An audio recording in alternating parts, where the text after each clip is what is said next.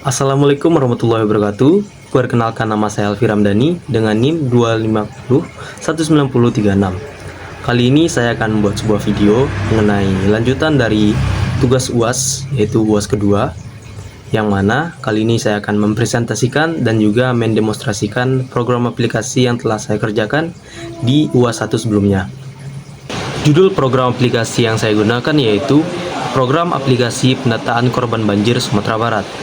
Kasus ini saya ambil dikarenakan maraknya terjadi bencana banjir di Provinsi Sumatera Barat.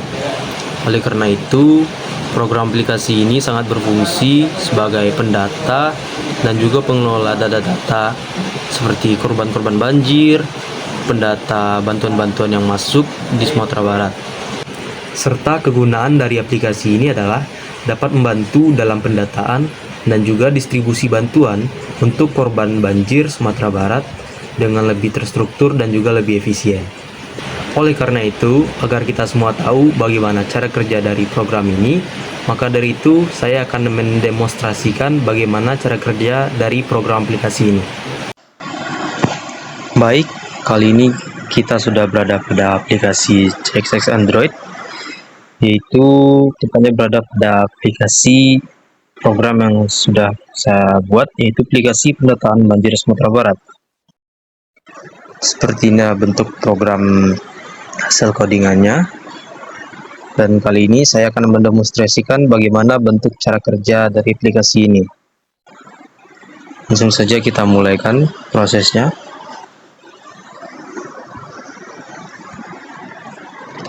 Pertama-tama kita akan disuguhkan pada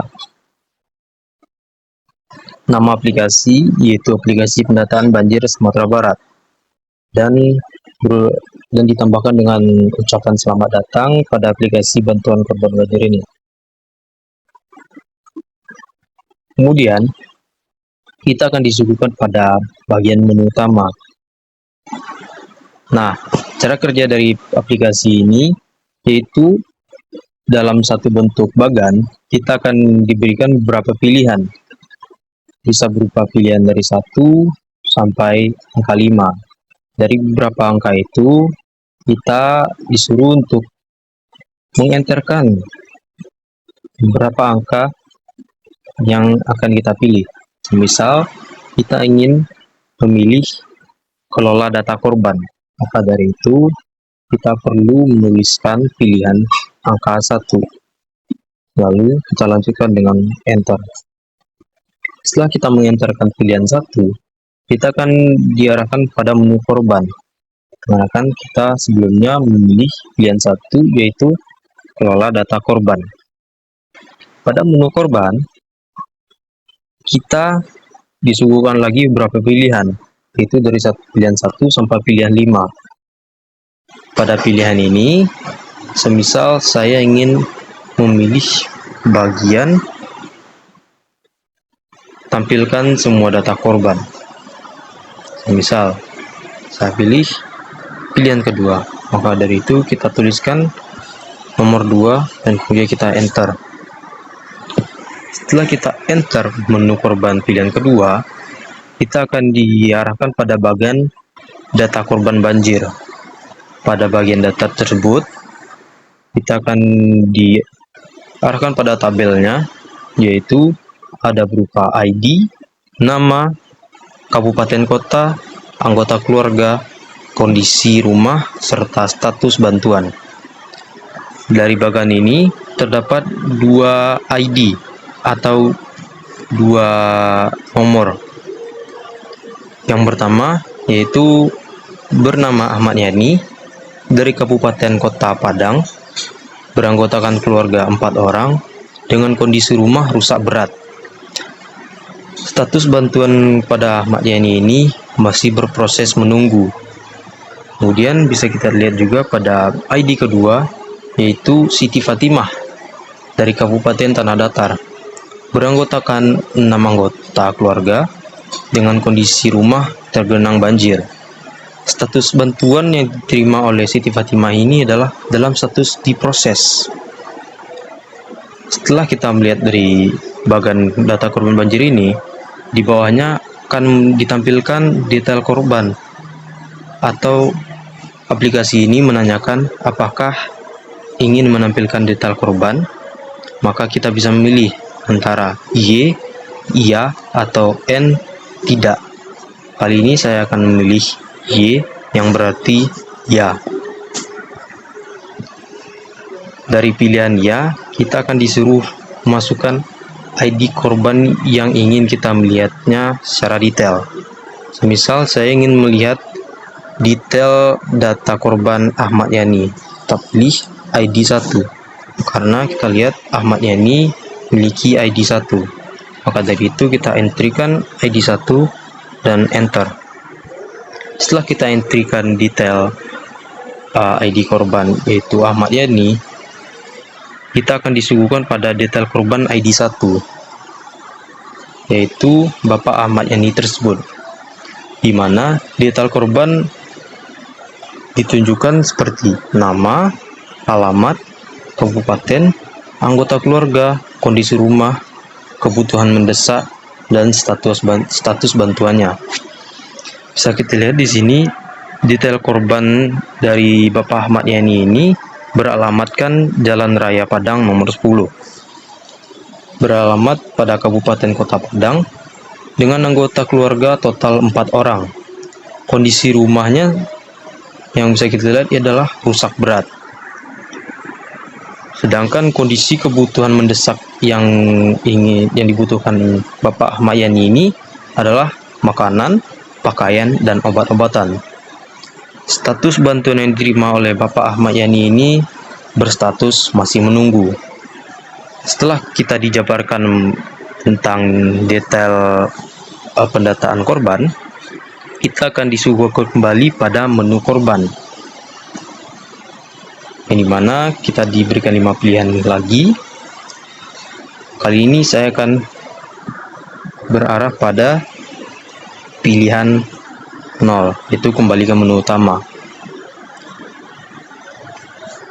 Setelah kita memilih pilihan 0, nantinya kita akan dikembalikan ke arah menu utama, yang dimana terdapat 5 pilihan, yaitu kelola data korban, kelola data bantuan, dan distribusi bantuan, tampilkan statistik, dan juga terakhir mengenai tentang program. Kali ini saya akan memilih pilihan kedua, yaitu kelola data bantuan. Setelah kita memilih angka 2, kita akan mencet enter untuk menjabarkan menu bantuan apa yang ingin kita pilih. Kemudian muncullah menu bantuan, bagan menu bantuan. Pada bagan tersebut terdapat 2 pilihan, yaitu pilihan 1 tambahkan data bantuan, dan pilihan 2 menampilkan semua data bantuan. Kali ini saya akan memilih bagan pilihan kedua, yaitu tampilkan semua data bantuan. Kita mencet enter. Setelah kita mencet enter, kita akan diarahkan pada bagan data bantuan. Pada bagan data bantuan, kita akan disuguhkan pada tabel jenis-jenis bantuannya. Terdapat 2 ID bantuan yang terdefinisi. Yang pertama, yaitu makanan. Sebelum itu, pada tabel terdapat berupa jabaran, yaitu berupa jenis, jumlah, satuan, dari mana sumbernya, dan berstatus apa. Dalam tabel terdapat 2 ID. Yang pertama yaitu makanan. ID pertama makanan berjumlah total 100 dengan satuan paket dan bersumber dari PMI Sumatera Barat. Status dari makanan ini tersedia. Kemudian ID kedua yaitu pakaian. Pakaian ini berjumlah total 50 dengan satuan dus dan bersumber dari donatur umum. Status dari jenis pakaian ini itu tersedia. Setelah kita dijabarkan pada tabel data bantuan, kita akan dikembalikan pada arah statistik bantuan. Total statistik bantuan tersedia yang bisa kita lihat itu total 150 unit. Sedangkan total bantuan yang terdistribusi itu belum ada sama sekali atau masih 0 unit. Maka dari itu, setelah semuanya dijabarkan, kita kembali diarahkan pada menu bantuan sebelumnya, yaitu tambah data dan tampilkan semua data.